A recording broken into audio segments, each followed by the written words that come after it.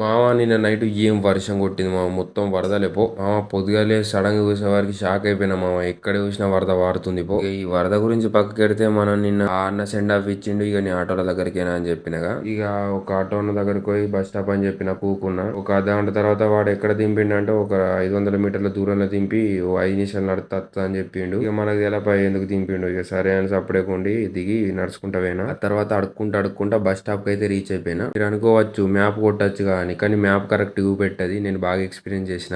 మనం bus stop లో నిల్చొని బస్ స్టాప్ అని కొడితే 2 కిలోమీటర్స్ అవే అని చూపెడుతుంది. అంటే నేను కొట్టుడు తప్పు కొడుతున్నానా లేదంటే అది అట్లనా మనకు ఐడియా లేదు. ఆ తర్వాత ఒకళ్ళని అడిగిన ప్రయాగరాజ్ ఎట్లా పోవాలంటే ఆడ ఒక బస్ నెంబర్ చెప్పిండు, అందులో పోయి కూకోమన్నాడు. ఆ బస్సు దగ్గరకు పోయి ఆ కండక్టర్ అడిగిన ప్రయాగరాజ్ పోద్దా అని. ఆ పోద్దన్నాడు. ఆ తర్వాత ఇక కూకున్నా. కొంచెంసేపటి తర్వాత స్టార్ట్ అయింది. 130 కిలోమీటర్ల తర్వాత ఫైనల్ గా బస్ స్టాండ్ రీచ్ అయింది. అప్పుడు ఒకటో రెండో అవుతుంది. ఇక నేనేం చేసిన, ఆ బస్ స్టాండ్ కూకునేది ఉంటది కదా, దాని మీద మంచిగా వండుకున్న బ్యాగ్ తలకే కింద పెట్టుకున్నా.